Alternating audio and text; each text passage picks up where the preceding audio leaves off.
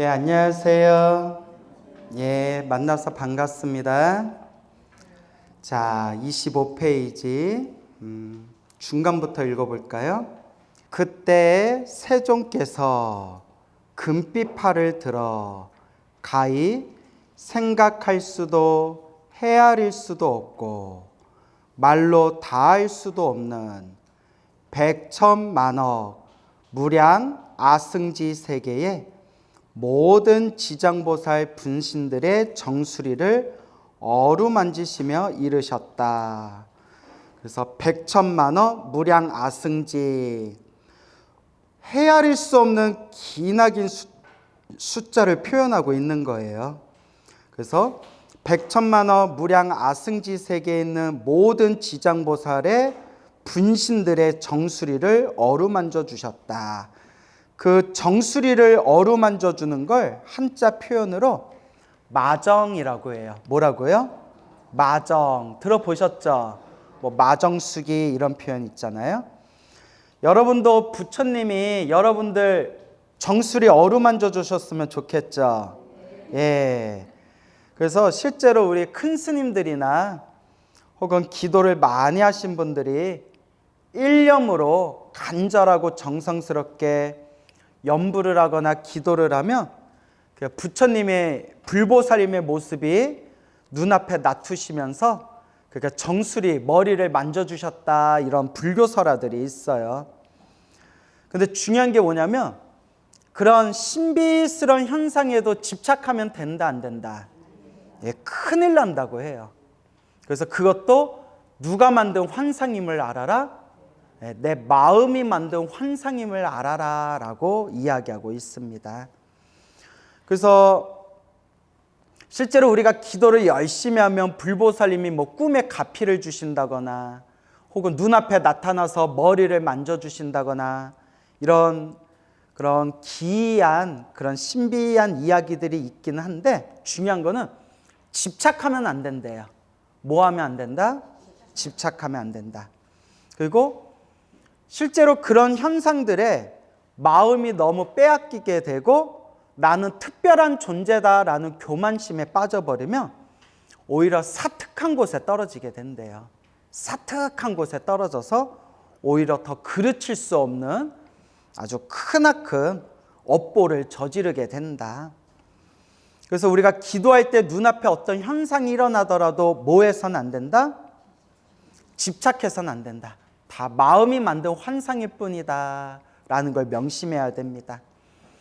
내가 기도가 잘 되냐 안 되냐, 수행이 잘 되냐 안 되냐의 기준점은 내가 얼만큼 탐욕과 성냄과 어리석음이 사라지고 있는지, 얼만큼 자비와 지혜가 늘어나고 있는지 그걸 기준으로 삼아야지 뭐 앞에 부처님이 나타나셨다, 관세음보살이 나타나셨다, 지장보살이 나타나셨다 이런 거에 집착하면 된다 안 된다?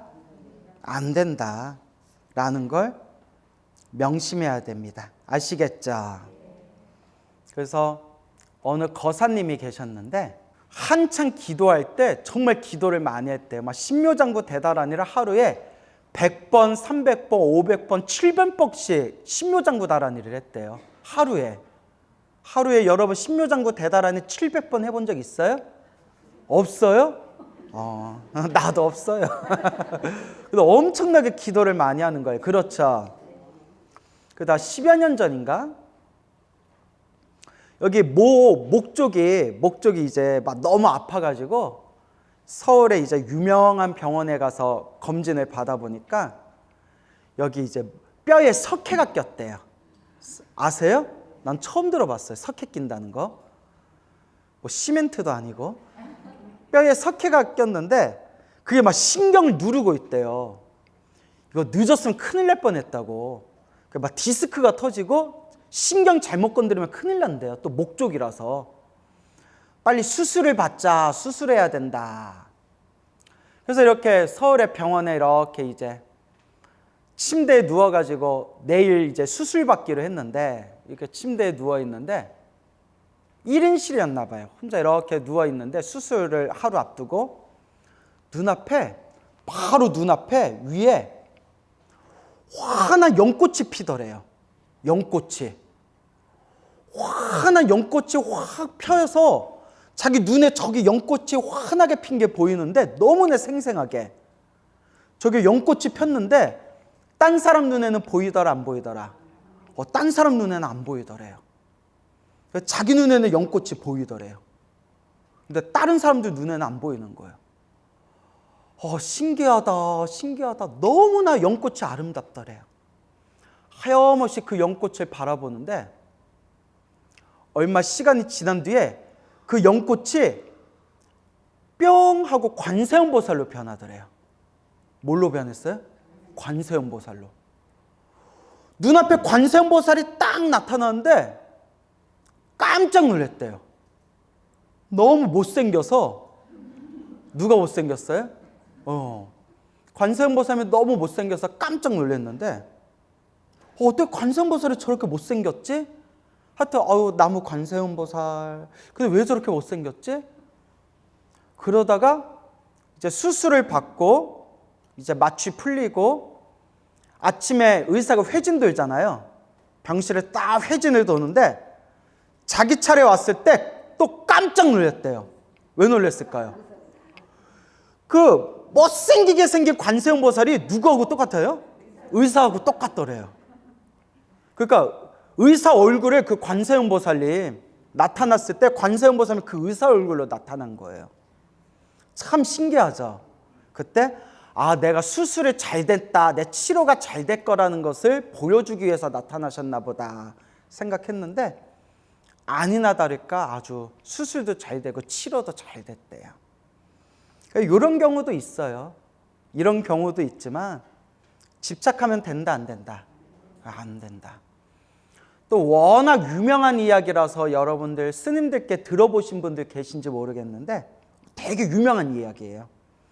몇십 년 전에 어느 젊은 스님께서 아주 하염없이 간절하게 이제 기도를 하고 있었는데 제가 깨달음을 얻게 해주십시오, 깨달음을 얻게 해주십시오 기도하고 있었는데 꿈에 보살님이 나타났대. 꿈이 아니라 눈앞에 보살님이 나타났대요. 눈앞에. 생생하게 눈앞에 보살님이 나타나셔가지고 그 보살님께서 깨달음을 얻고 싶냐? 예, 깨달음을 얻고 싶습니다. 깨달음을 얻는 방법을 가르쳐 주랴. 가르쳐 주십시오. 우리 중생이 깨달음을 얻지 못하는 이유는 욕망, 욕심 때문에 그렇다. 욕망 중에 가장 질긴 게 성욕이다. 색욕이다. 네 꼬추를 잘라라. 그러면 깨달음을 얻게 될 것이다. 그래서 법당 밖에서 으악 하고 법당 안에서 으악 하고 비명소리가 들려가지고 밖에 있는 사람들이 놀라서 들어가 봤더니 뭘 잘랐어요? 자기 꼬추를 잘랐대요. 이게 웃을 일이에요? 얼마나 무서운 일인데요 이게. 그래서 목숨은 살았대요. 그래서 왜 잘랐냐 했더니 깨달음을 얻고 싶으면 꼬추를 자르라고 했다. 근데 알고 봤더니 그게 뭐였어요? 마구니였던 거예요. 마구니. 마구니에 걸려가지고. 그러면 지도하다가 왜 그런 마구니에 걸린 거냐? 딱 두 가지 이유가 있는데 첫째는 전생의 업보. 전생이 지독한 업보가 있어서 수행에 큰 마장이 생긴 거예요. 근데 이것도 누가 지은 업이에요? 그렇죠. 여러분의 백날 기도해도 그런 마장 생겨요, 안 생겨요? 안 생기잖아요. 그럴 마음도 없어요?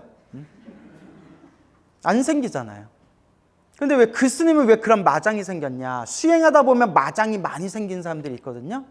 그것도 전생의 업이 두꺼워서 그렇대요. 그 다음에 두 번째가 뭐냐? 이게 중요해요. 집착심. 무슨 심? 나의 그 집착이 그런 마구니를 만든 거래요. 그래서 깨달음을 구하는 수행자들일수록 마음에 집착심을 놓아버리라고 했어요. 깨달음을 목표로 수행하되 그 깨달음이라는 거에도 너무 집착하지 말고 꾸준하게 닦을 뿐이다. 뭐 할 뿐이다? 꾸준하게 닦을 뿐이다. 그 깨달음을 빨리 얻어야지라는 그 지독한 집착이 그런 무서운 마장을 일으켰다는 거예요. 결국 누구의 마음이 만든 마장이에요? 내 마음이 만든 마장이라는 거예요. 그래서 여러분들도 기도하면서 무슨 눈앞에 무슨 뭐가 보인다거나 무슨 신비로운 현상이 생겨도 절대 뭐 할 필요가 없다? 절대 집착할 필요가 없다. 딱 어떤 신비한 현상이 딱 일어날 때 진정한 수행자는 마음으로 다 누가 만든 환상일 뿐이다? 내 마음이 만든 환상일 뿐이다. 그래서 금강경을 많이 읽어야 돼요. 금강경 4국에 뭐라고 나오죠? 모든 일체유의법, 눈앞에 펼쳐진 모든 현상, 모든 법은 꿈과 같고 환상과 같고 거품과 같다고 여겨라.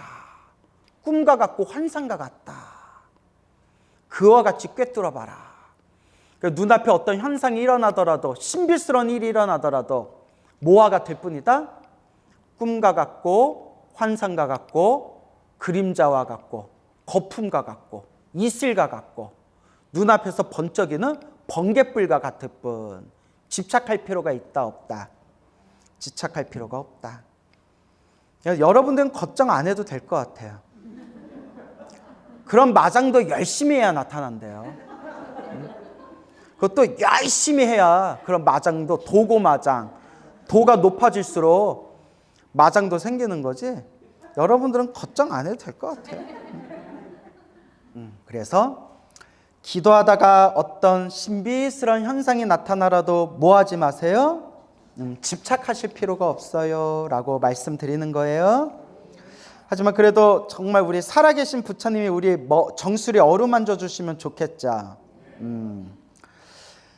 나는 옥탑악세에서 억세고 거친 중생들을 교화하고 그들의 마음을 바로잡아 삿된 것을 버리고 바른 길로 돌아오게 하였느니라. 오탁악세, 오탁 이런 거 이제 인터넷 치면 다 나온다고 했죠?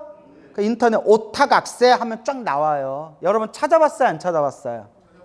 예, 한 명 찾아봤네, 한 명. 예?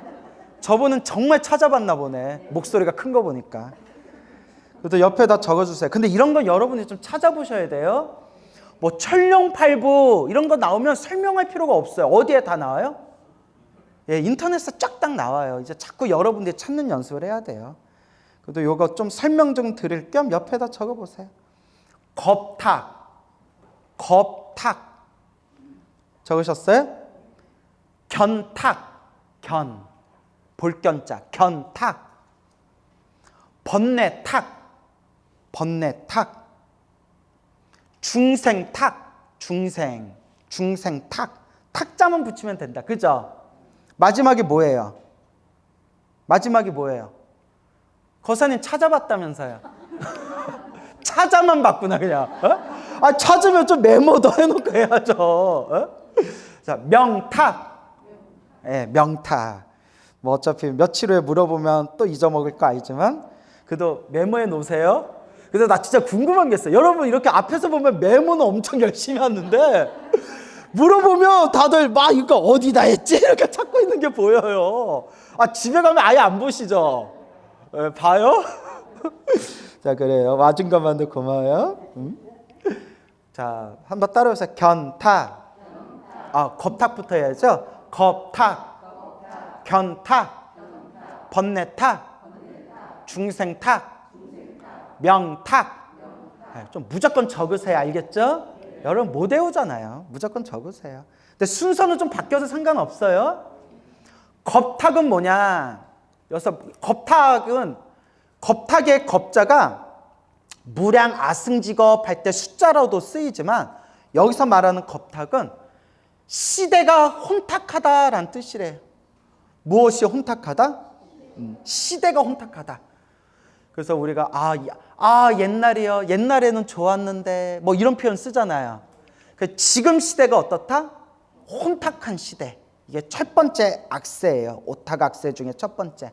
시대가 혼탁하다. 두 번째 견탁이죠. 견해가 혼탁하다. 무엇이? 견해. 올바른 바른 견해가 사라지고 자꾸 삿된 견해가 일어나고 있는 세계라는 거예요. 그래서 자꾸 견해가 혼탁하면 세상에 무엇이 자꾸 생길까요? 사람들 견해가 자꾸 삿된 견해가 생기다 보니까 사이비 종교가 많이 생긴대요. 우리가 바른 견해가 있으면 속아요, 안 속아요? 안 속잖아요. 근데 자꾸 이 견해가 혼탁하기 때문에 올바른 걸 올바르다고 알지 못하고 자꾸 삿된 거에 빠져드는 거예요. 우리 불자들도 반성해야 돼요. 우리 불자님들이 그래도 전생에 복을 많이 지어서 이번 생에 이렇게 부처님 법을 만났는데도 부처님 법 만났는데도 삿된 스승 만나고 삿된 절에 다니고 그런 불자들이 많아요. 동감하시죠? 여러분들 그래도 얼마나 복이 많아요. 요 헬로부타 TV에 와가지고 이렇게 훌륭하신 법사 스님들 그리고 우리 불교 학자들 모시고 공부할 수가 있잖아요. 그죠, 여러분? 그래서 견해가 혼탁한 시대예요. 그리고 시대가 혼탁하고 견해가 혼탁하고 번뇌가 두꺼운 시대예요. 무엇이 두껍다? 그래서 번뇌가 탁하다, 번뇌가 두껍다라는 뜻이에요. 그래서 번뇌탁이에요. 번뇌가 두꺼워요. 그래서 옛날에는 참선을 하면 깨친 도인들이 많이 나왔대요. 지금 아무리 참선을 하고 염불을 하고 명상을 하고 기도를 해도 도인 나왔다는 얘기 들었어요, 못 들었어요? 그러니까 번뇌가 두껍다는 거예요. 번뇌가 두꺼운 시대. 그래서 이게 번뇌탁. 시대가 혼탁하고 견해가 혼탁하고 번뇌가 혼탁하다 보니까 이 세계를 살아가는 누가 혼탁해요? 그렇죠. 중생들이 혼탁해요. 우리 중생들이. 그래서 중생들의 업이 두꺼운 시대라는 거예요. 업이 두껍다. 여러분, 업이 두꺼워요, 안 두꺼워요? 업이 두껍다고 하기에는 이렇게 이번 생에 부처님 소중한 법을 만났잖아요. 그죠? 그렇다고 선업이 많다고 하기에는 듣는 족족 다 잊어먹잖아요. 그거 좀 애매해요. 웃자간 얘기예요. 웃자간 얘기예요. 그리고 명탁. 수명이 점점 줄어드는 시대라는 거예요. 그래서 우리가 수명이 점점 줄어드는 시대가 이렇게 번뇌와 망상과 악업이 가득한 시대고 수명이 늘어나는 시대가 선업이 증장되고 복이 많은 시대래요. 그래서 인간이 부처님 법을 받아들일 수 있는 마지막 마지노선 수명이 100세 수명이래. 몇 세 수명? 100세 수명 시대. 지금 우리가 100세 수명 시대예요. 그리고 100세 수명 시대 밑으로 떨어지다 보면 부처님 법을 받아들일 수 있는 마지노선이 무너지는 거래요. 그래서 수없는 혼탁한 말법 시대가 오면 그때 중생들은 평균 수명이 10세 시대가 온대. 몇 세? 10세. 10살 시대가 오면 10세. 10살 시대가 오면 서로가 서로 잡아먹는 시대래요. 그리고 미륵 부처님이 오시는 시대는 중생들 복이 많은 시대래요. 그때는 책마다 다르지만 미륵 부처님이 오는 시대는 중생들 수명이 84,000세래요. 경전에 나와요. 그래서 수명이 줄어드는 시대는 무엇이 강한 시대? 악업이 강한 시대. 수명이 늘어나는 시대는 무엇이 강한 시대? 선업이 강한 시대. 그리고 부처님 법을 받아들일 수 있는 수명, 마지노성 수명 세대가 몇 세 시대? 100세 시대. 그래서 석가모니 부처님이 100세 시대 때 일부러 오신 거예요. 우리 오타각세 우리 중생들을 제도하기 위해서 일부러 힘든 시대에 오신 거래요. 그래서 석가모니 부처님이 다른 부처님들 중에서도 더 예우를 많이 받는데요. 일부러 힘든 시대를 선택해서 오셨기 때문에. 우리 100세 수명 밑으로 점점 내려가면 부처님 법을 받아들일 수 있는 근기가 점점 약해진다는 거예요. 그리고 미륵 부처님이 오시는 시대는 중생들의 몇 세 수명 시대? 84,000세. 경전에 나와요. 알겠죠? 그러니까 이 지구도 언젠가 사라질 거 아니에요. 그죠? 이 지구가 사라지면 이게 그 지구가 사라지고 또 새로운 지구가 생기고 새로운 중생들이 생겼을 때 악업의 시대면 수명이 짧은 세계고요. 선업의 세계면 수명이 많은 세계고요. 그래서 이런 게 이제 경전에 자세히 나와요. 근데 우리는 지금 몇 세 수명 시대? 그 부처님은 원래 몇 살을 사실 수 있었을까요? 네, 왜냐하면 지금이 어느 시대니까 100세 수명 시대이기 때문에 원래 부처님은 기본적으로 100살을 사실 수가 있으셨대요. 근데 몇 살에 세상을 떠나셨어요? 80. 그러면 몇 살치가 남았어요? 당신이 이 세계에서 누려야 할 20년치 복을 누구를 위해서 남겨놨다? 왜? 우리 중생, 우리 스님들을 위해서 남겨놨대요. 20년치 남겼었는데 부처님 돌아가시고 2000년이 지났는데도 지금 받아먹고 살고 있잖아요. 참 대단하죠. 그래서 그런 불교설화의 내용이 나와요. 재밌죠? 그래서 오탁, 악세, 오탁 5가지 혼탁한 시대. 그래서 외워두세요. 겁탁, 견탁, 번뇌탁, 중생탁, 명탁. 예, 이게 악한 시대. 이런 오탁, 악세, 중생들이 순하고 착하겠어요? 억세고 거칠겠어요? 말 겁나 안 듣잖아요. 그죠? 우리 중생들 말 엄청 안 듣잖아요. 그래서 우리 어른 스님들이 우리 젊은 스님들한테 엄청 우리 나 때는 안 그랬다 이런 말씀 많이 하잖아요. 항상 나 때는 안 그랬다. 우리 때는 안 그랬다. 그래서 요새 젊은 중들 보면 공부도 열심히 안 하고 우리 때답지 않아 막 이런 얘기 하시잖아요. 근데 제 연세가 90이 되신 어느 노스님은 또 반대로 얘기하세요. 지금 스님들이 옛날보다 낫다 이러세요.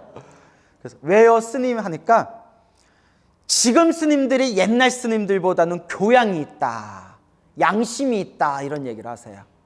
그래서 깜짝 놀라서 옛날 스님들이 더 대단하지 않았어요? 하니까 물론 옛날 스님들 중에 큰 스님들은 대단했는데 옛날에 우리 막 6.25 전쟁 터지고 막 보릿고개 있잖아요. 그죠? 배가 고파서 출가하신 분들이 많았대요. 불교고 뭐 깨달음이고 부처님 법이고 이런 거 관심 없이 그냥 배가 고파서 먹고 살려고 출가한 스님들이 많아가지고 절집이 좀 시끄러운 시절이 있었대요. 근데 오히려 먹고 살기 좋은 시대에 출가한 지금 젊은 스님들이 어떤 면에서는 옛날보다 훨씬 교양들이 있다고 뭐 그런 얘기도 하시더라고요. 근데 그건 뭐 바라보는 관점마다 다르죠. 그렇죠. 네. 그래서 뭐 옛날이나 지금이나 열심히 하는 사람들은 열심히 하고 노는 사람들은 놀고 그런 것 같아요. 그래서 우리가 부처님의 법을 정법, 상법, 말법으로 나누잖아요. 그죠? 부처님의 법이 살아있는 정법시대, 부처님의 법이 점점 기울어가는 상법시대, 부처님의 법이 완전히 땅에 떨어지는 말법시대. 이제 큰 스님들이 이런 얘기 하세요. 정법, 상법, 말법이 따로 있는 게 아니다. 어디 안에 있다? 우리 마음 안에 있다. 우리가 수행 열심히 하면, 내가 수행 열심히 하면 그 시대가 무슨 세대예요? 정법시대고. 아무리 부처님이 옆에 계셔도 내가 수행을 안 하고 놀고 있으면 그게 말법시대라는 거예요.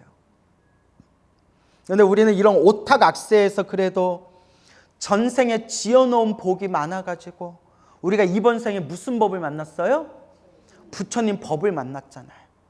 그러니까 소중하다, 소중하다, 다행이다, 다행이다, 감사합니다, 감사합니다 라는 마음이 있어야 돼요. 그렇죠 여러분? 그래서 옛날 스님들이 하신 말씀이 이번 생 이 몸을 구제하지 못하면 어느 생에 이 몸을 구제하랴. 그렇게 큰 스님들이 간곡하게 얘기하셨어요. 어때 마음에 와 닿으세요? 와 닿으세요? 근데 왜 이래요? 근데 왜 이래요?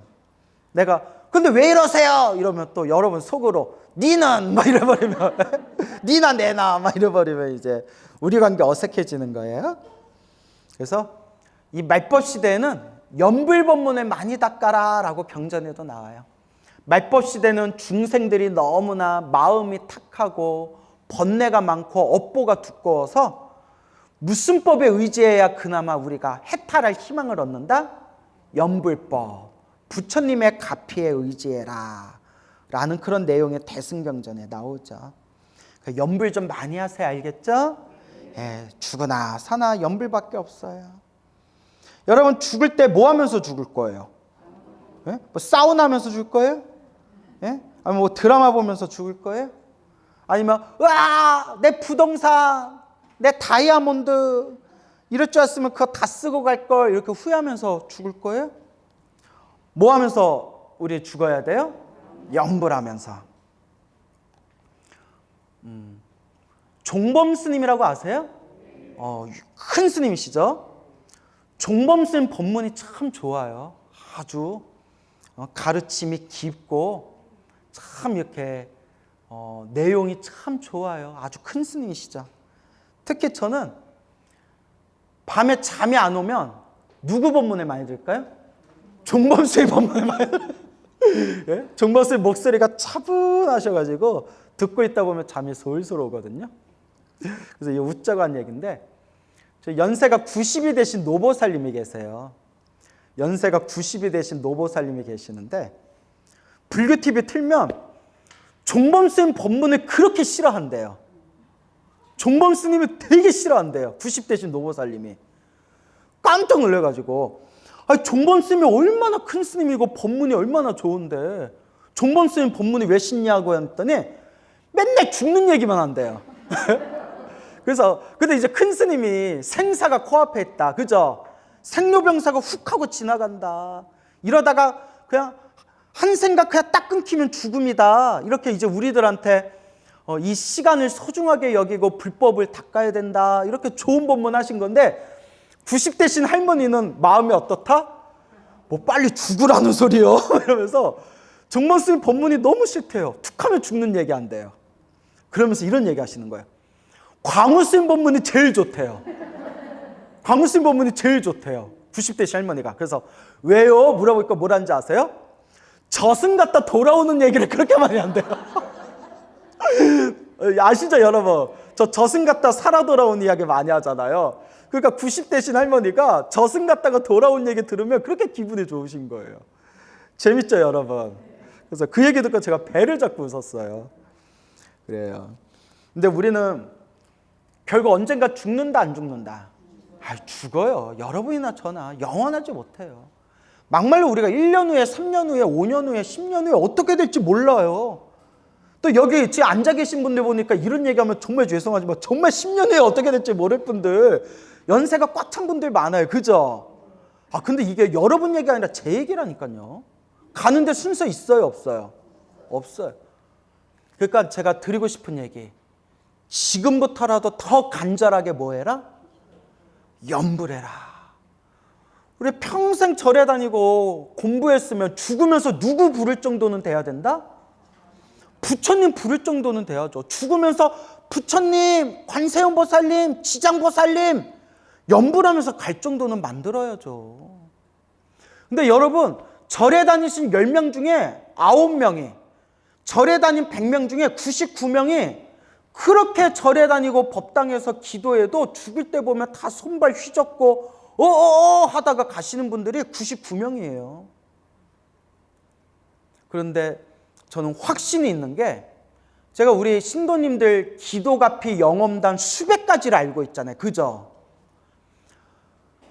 일자 무시기에 천수경 반야심경이 무슨 뜻인지도 몰랐던 그런 노보살님들, 난 놓고 기억자도 몰랐던 그런 노보살님들이 부처님만 믿고 평생 연불하시다가 앉아서 가시고 서서 가시고 당신 죽을 때 다 알고 자손들한테 나 이제 간다 빠이빠이 하면서 연불하다가 다 숨 끊어진 그런 수많은 불자님들 이야기를, 수많은 그 가피 이야기를 제 머릿속에 담고 있잖아요.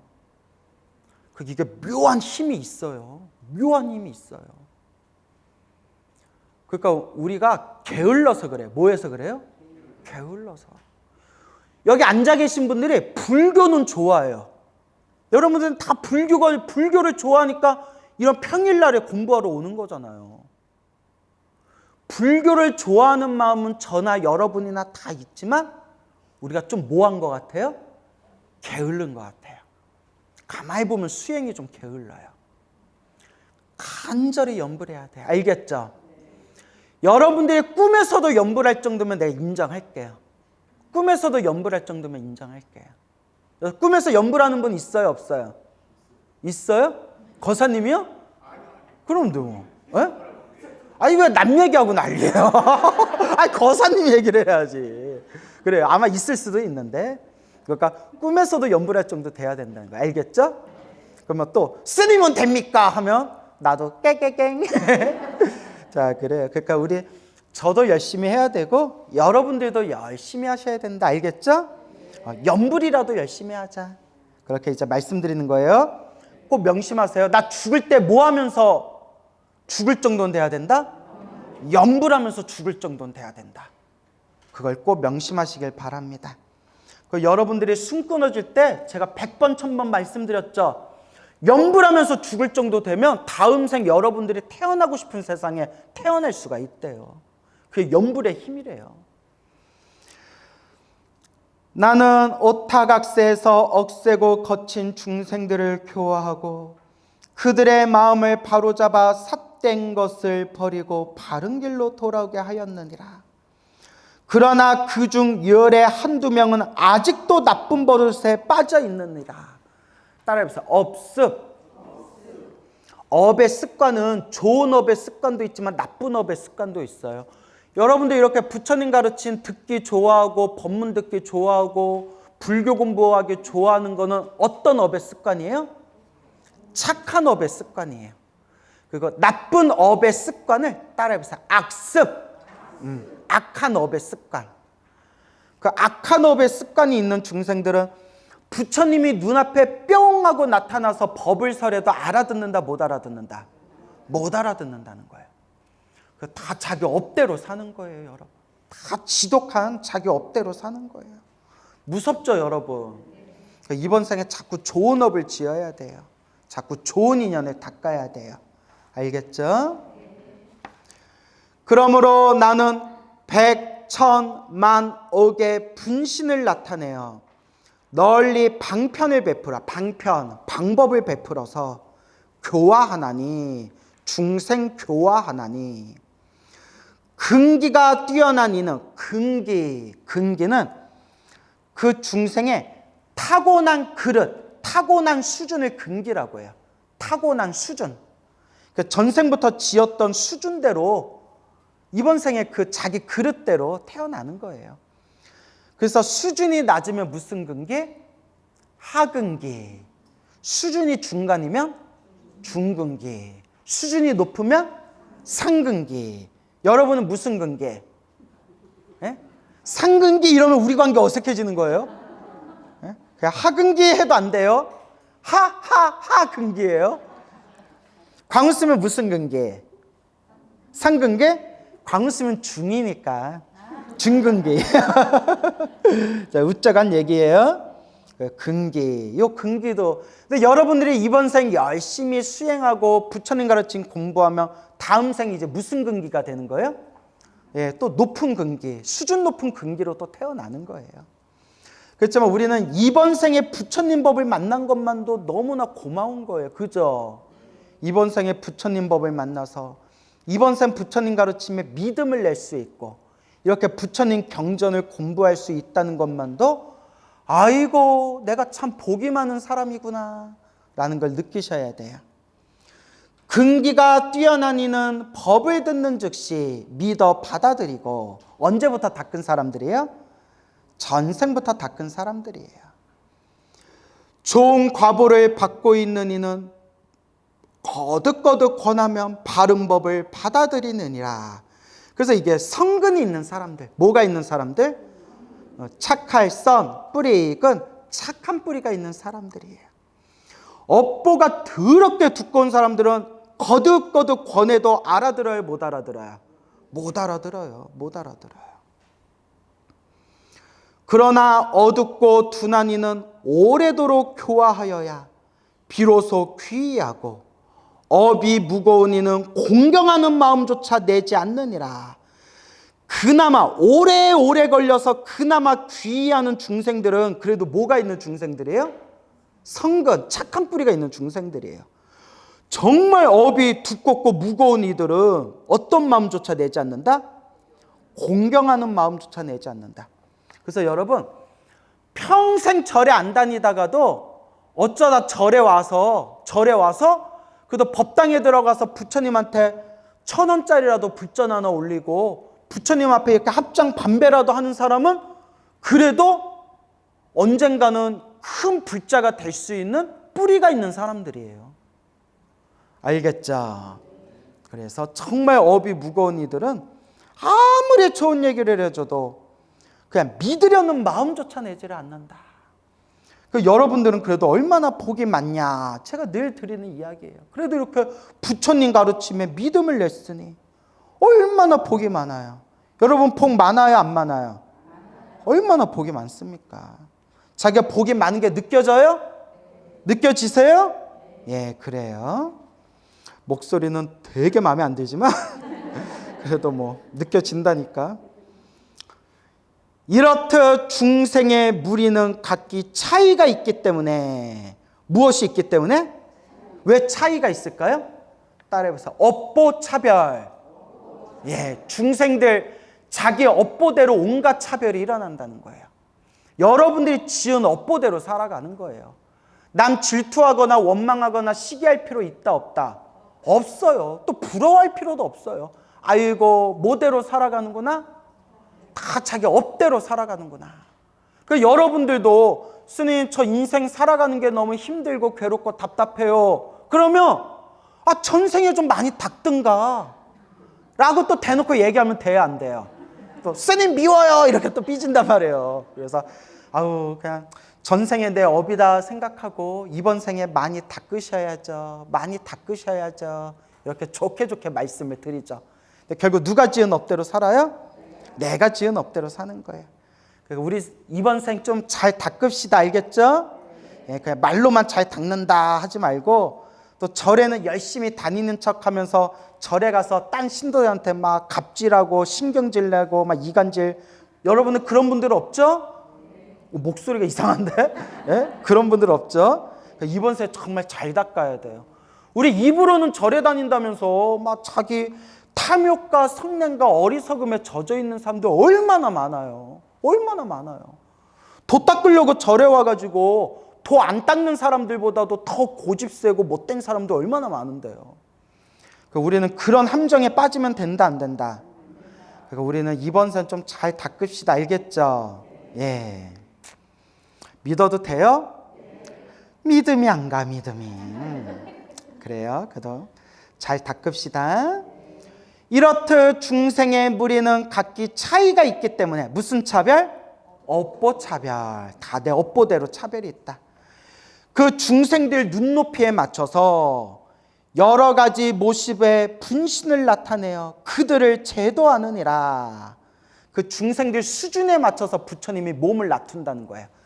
그래서 중생들 그 수준에 맞춰서 몸을 낮추는 것을 따라해보세요. 1,100억 화신. 1,100억 화신이라고 해요. 1,100억. 헤아릴 수 없는 모습으로 화신, 변화해서 몸을 낮춘다는 거예요. 누구 눈높이에 맞춰서? 그렇죠. 중생들 눈높이에 맞춰서.